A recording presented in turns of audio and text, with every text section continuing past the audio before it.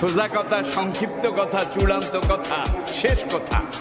মিজান আবার আসবে, বিজয়ীর বেশে আসবে।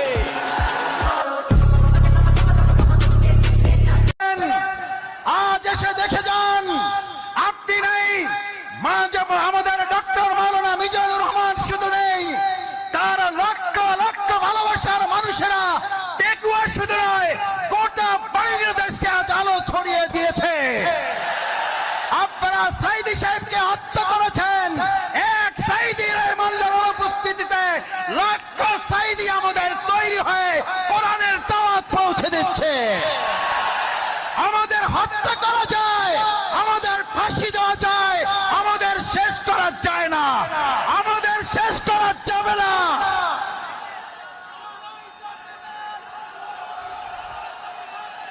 সম্মানিত ভাই এবং বন্ধুগণ, সম্মানিত ভাই এবং বন্ধুগণ, ফালা খাউফুন, সুতরাং আমাদেরকে আপনি ভয় দেখাবার কে? যারা আমাদেরকে ভয় দেখিয়েছেন, 17 বছর এই বাংলাদেশের 18 কোটি নাগরিককে আপনারা ভয় দেখিয়েছেন। শেষ পর্যন্ত আপনারা ভয় দেখাতে দেখাতে এতটা ভয় পেলেন যে আপনারা দেশের জেলখানায় পর্যন্ত জায়গা হলো না, আপনাদেরকে দেশ ছেড়ে পালাতে হলো। আল্লাহ তাআলা নিশ্চিত করেছেন, ফালা খাউফুন, তোমাদের ভয় পাওয়ার কোনো দরকার নেই। কারণ যারা আল্লাহকে ভয় করে তাদের দুনিয়ার আর কাউকে ভয় করতে হয় না, বরং গোটা দুনিয়া তাদেরকে ভয় করে। ফালা খাউফুন আলাইহিম ওয়ালা হুম ইয়াহজানুন। আল্লাহ সুবহানাহু ওয়া তাআলা শুধু ভয়ের ব্যাপারে আপনাকে নিশ্চিত করে নাই, আল্লাহ তাআলা বলেন, আমার এই ভয়ে যদি তোমরা উত্তীর্ণ হতে পারো, এক আল্লাহকেই যদি ভয় করতে পারো, কোন গুলি বন্দুককে যদি তোমরা ভয় না করো, তাহলে আমি আল্লাহ তোমাদেরকে এবার দ্বিতীয় নিশ্চয়তা দিচ্ছি, ওয়ালা হুম ইয়াহজানুন, তোমাদের আর কোন রকম দুশ্চিন্তা, উদ্বেগ, উৎকণ্ঠায় ভুগতে হবে না। আলহামদুলিল্লাহ, বিগত 15 বছর আপনারা ত্যাগ এবং কোরবানি, নির্যাতন, নিপীড়নের মুখে থেকেছেন। এই পেকুয়াবাসী, এই চট্টগ্রামের বন্দরের নগরীর মানুষেরা জীবন বাজি রেখেছেন, কিন্তু কোন গুলি বন্দুক ফাঁসির কাছে আমাদের ভাইয়েরা মাথা নত করে নাই বলে আজ আল্লাহ তাআলা উদ্বেগ, উৎকণ্ঠা এবং স্বস্তির মধ্যে আমাদের এই সুন্দর একটা প্রোগ্রামের আয়োজন করার তৌফিক দিয়েছেন। এটা কার পুরস্কার? কার পুরস্কার? আমাদের পূর্ণ পুরস্কার এখনো আমাদের হাতে আসে নাই। আমাদের আসল পুরস্কার আল্লাহ ঘোষণা করেছেন, বিসমিল্লাহির রহমানির রহিম, ইযা জাআ নাসরুল্লাহি ওয়াল ফাth। যখন আল্লাহর সাহায্য এবং বিজয় আসে। কার সাহায্য? কার? কোন পার্শ্ববর্তী রাষ্ট্রের, প্রশাসনের, সেনাবাহিনীর, র্যাবের সাহায্য? কার? নাসরুল্লাহ, ইযা জাআ নাসরুল্লাহি ওয়াল ফাth। যে আল্লাহ আমাদেরকে সাহায্য করেন, সে আল্লাহ তাআলাই বলেন, আমি যখন কাউকে সাহায্য করি তার বিজয় ছাড়া আর অন্য কিছু হতে পারে না। নাসরুল্লাহ, ইযা জাআ নাসরুল্লাহি ওয়াল ফাth। কারণ আমার সাহায্য যেখানে যায়, গোটা দুনিয়া তার বিপক্ষে থাকলেও বিজয় ছাড়া তার কিছুই হয় না। আজ বাংলাদেশে আল্লাহর সাহায্য এসেছে, গোটা কোরআনের রাষ্ট্র কায়েম হওয়া ছাড়া পূর্ণাঙ্গ বিজয় আমাদের হতে পারে না। আমাদের পূর্ণাঙ্গ বিজয় কি?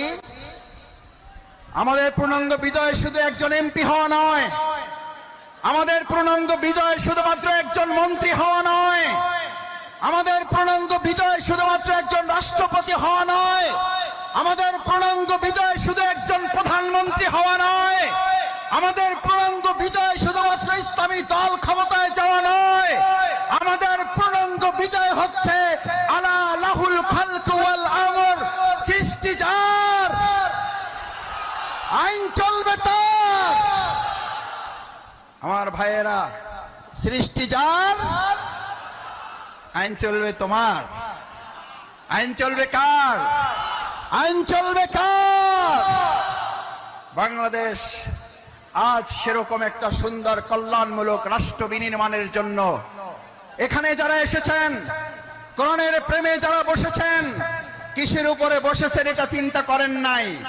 আপনার মাথার উপরে ফ্যান আছে, লাইট আছে, বাতাস আছে, নাই চিন্তা করেন নাই। আজ এখানে যারা এই কোরবানি পেশ করে কোরআনের ভালোবাসায় সমবেত হয়ে গায়ে গা লাগিয়ে লক্ষ লক্ষ জনতা এখানে হাজির হয়েছেন, এই লক্ষ জনতা যদি আজ একটা আহ্বান এখান থেকে নিয়ে যেতে পারেন, রাসূল করিম সাল্লাল্লাহু আলাইহি ওয়াসাল্লাম এরকম মজলিসকে সামনে রেখে আমার মুসল্লিয়ানে কিরামগণকে উদ্দেশ্য করে, এই জামানাকে উদ্দেশ্য করে রাসূল করিম সাল্লাল্লাহু আলাইহি ওয়াসাল্লাম সাহাবীদেরকে স্মরণ করালেন। দুর্ভোগ হচ্ছে সেই মানুষের জন্য, ভালো করে খেয়াল করুন, দুর্ভোগ হচ্ছে সেই মানুষের জন্য, দুর্ভোগ হচ্ছে সেই মুসলিমের জন্য, দুর্ভোগ হচ্ছে সেই কোরআন প্রেমিকের জন্য যে আল্লাহকে ভুলে গিয়ে নিজেকে নিয়ে ব্যস্ত হয়, যে আল্লাহকে ভুলে গিয়ে নিজেকে নিয়ে ব্যস্ত হয় এবং সে নিজেকে নিয়ে ব্যস্ত হতে গিয়ে দুনিয়ার সব কিছু থেকে বঞ্চিত হয়ে যায়। আমরা কি দুনিয়া থেকে বঞ্চিত হয়ে নিজেকে নিয়ে ব্যস্ত হব না আল্লাহকে নিয়ে ব্যস্ত হব?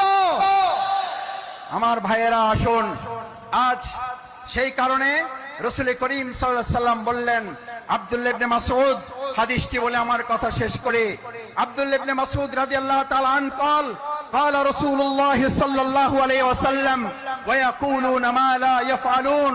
তোমাদের মধ্যে এমন একটা সময় আসবে, কোরআন শোনার লোক থাকবে, কোরআন জানার লোক থাকবে, কোরআনের আলোকে সে হয়তো পথ চলার কথাও বলবে, ইয়াকুলুনা মা লা ইয়াফআলুন, কিন্তু কোরআনের আলোকে সমাজ এবং রাষ্ট্র পরিচালনার লোক পাওয়া যাবে না। ওয়ায়াফআলুনা মা লা ইউমারুন, আবার কিছু কাজ করলেও কোরআনের পূর্ণাঙ্গ রূপ বাস্তবায়ন হবে না। আজ এখানে যারা আছেন, আমরা কি কোরআন বাস্তবায়নের জন্য সবাই রাজি আছি ইনশাআল্লাহ? সবাই কি রাজি আছি ইনশাআল্লাহ? আল্লাহ মেহেরবানি করে হাতগুলো আপনার আরশের আজিমের ক্যামেরায় এগুলো তুলে নিয়ে কাল কিয়ামতের দিন কোরআনের কর্মী হিসাবে আমাদেরকে নাজাতের জন্য, জান্নাতের জন্য আপনি কবুল ও মঞ্জুর করুন। আল্লাহ এই আয়োজনকে বাংলাদেশের জন্য কবুল করুন, কোরআনের সংসদের জন্য আয়োজনকে কবুল করুন, কোরআনের রাষ্ট্রের জন্য এই আহ্বান আয়োজনকে কবুল করুন। সম্মানিত ভাই এবং বন্ধুগণ, আসুন আমরা আমাদের প্রধান মুফাসসিরে কোরআন হযরত মাওলানা ডক্টর মিজানুর রহমান আজারি হাফিজাহুল্লাহর কিছুক্ষণের মধ্যে আপনাদের সামনে কথা বলবেন। আমরা দোয়া করি অন্যান্য উলামায়ে কেরামগণ আরো কথা বলবেন। আল্লাহ সুবহানাহু ওয়া তাআলা আমাদের এই প্রিয় মাতৃভূমিকে সব ধরনের বিশৃঙ্খলা ষড়যন্ত্র থেকে হেফাজত করুন, সকলে বলুন আমিন। আমার যদি সহযোগিতার প্রয়োজন হয় তাহলে আমি একমাত্র সহযোগিতা গ্রহণ করব মহান আল্লাহ সুবহানাহু ওয়া তাআলার। আল্লাহ সুবহানাহু ওয়া তাআলা ছাড়া আমার কারো সহযোগিতার প্রয়োজন নেই। আজ মুসল্লিয়ানে কেরাম আপনাদের কাছে জানতে চাই, বাংলাদেশকে যদি কোরআনের দেশ করতে হয়, বাংলাদেশকে যদি ইসলামের দেশ করতে হয়, তার জন্য যদি হযরত ইব্রাহিম আলাইহিস সালামের মতো আমাদের ত্যাগ এবং কোরবানির পরীক্ষায় উত্তীর্ণ হতে হয়, আর তার জন্য যদি সেই অগ্নি পরীক্ষায় আমাদেরকে সহযোগিতার জন্য এক আল্লাহ ছাড়া দুনিয়ার আর কাউকে না পাওয়া যায়, তাহলে আজ এই জনসমুদ্রের কাছে জানতে চাই, আমরা এক আল্লাহ ছাড়া আর কারো সাহায্য কি আমাদের দরকার হবে? আমরা কার সাহায্য চাই? কার সাহায্য চাই? একবার সেই আল্লাহকে আমরা ডাক দিতে চাই। আমরা সবাই আল্লাহকে একবার ডাকতে চাই, আল্লাহ আল্লাহ।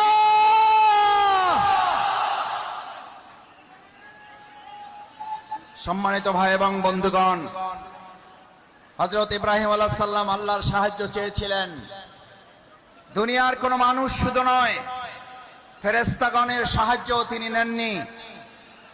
যে ইব্রাহিম আলাইহিস সালাম আল্লাহর সাহায্যের ভরসা করেছিলেন, সেই ইব্রাহিম আলাইহিস সালামকে আল্লাহ তাআলা সাহায্য করেছেন না করেন নাই?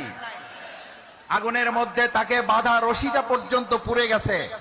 হযরত ইব্রাহিম আলাইহিস সালাম আগুনের স্পর্শ করা তো দূরের কথা, হযরত ইব্রাহিম আলাইহিস সালাম সেই সময়, ওই সময়টুকু যা তিনি আগুনের মধ্যে অবস্থান করেছিলেন, সেই সময়টুকুকে বলা হয়ে থাকে তিনি তার জীবনের সবচেয়ে সুখী এবং আরামের জীবন যাপন করেছেন। সুতরাং কোরআনের জন্য যারা কথা বলবে, ইসলামের জন্য যারা কথা বলবে, কোরআন বাস্তবায়নের জন্য যারা কাজ করবে, ইসলাম বাস্তবায়নের জন্য যারা কাজ করবে, আজ এখানে আমরা যারা উপস্থিত হয়েছি, আমরা যদি আজ এখান থেকে সিদ্ধান্ত নিতে পারি আমাদের জীবনের সর্বস্বটুকু বিলিয়ে দিয়ে হলেও যে কোরআনের ভালোবাসায় আজ আপনারা এখানে সামিল হয়েছেন, আপনারা কি কোনো ব্যক্তির আহ্বানে ভালোবাসা এসেছেন নাকি কোরআনের ভালোবাসা এসেছেন? কিসের ভালোবাসা এসেছেন? এই কোরআনকে আগামী দিনের সংসদে যদি পাঠাতে হয়, তার জন্য আমাদের 2024 সালের জুলাই আগস্টের তরুণ যুবকেরা যারা জীবন বাজিয়ে রেখে উই ওয়ান্ট জাস্টিসের স্লোগান রেখেছিল, সেই উই ওয়ান্ট জাস্টিসের স্লোগান বাস্তবায়ন কি মানুষের তৈরি করা মতবাদ বাস্তবায়ন করতে পারবে নাকি কোরআন পারবে? উই ওয়ান্ট জাস্টিসের জন্য তরুণ যুবকেরা আমাদের মীর মুগ্ধ আবু সাইদরা যদি জীবন দিতে পারে, আজ তরুণ যুবক এবং আমাদের জনতাকে জিজ্ঞেস করতে চাই, আগামী দিনে কোরআনের সংসদ কায়েমের জন্য, ইসলামের সংসদ কায়েমের জন্য আরেকবার যদি জীবন দিতে হয় আমাদের, সেই জীবন দিতে আমরা কি রাজি থাকবো? আমরা কি রাজি থাকবো?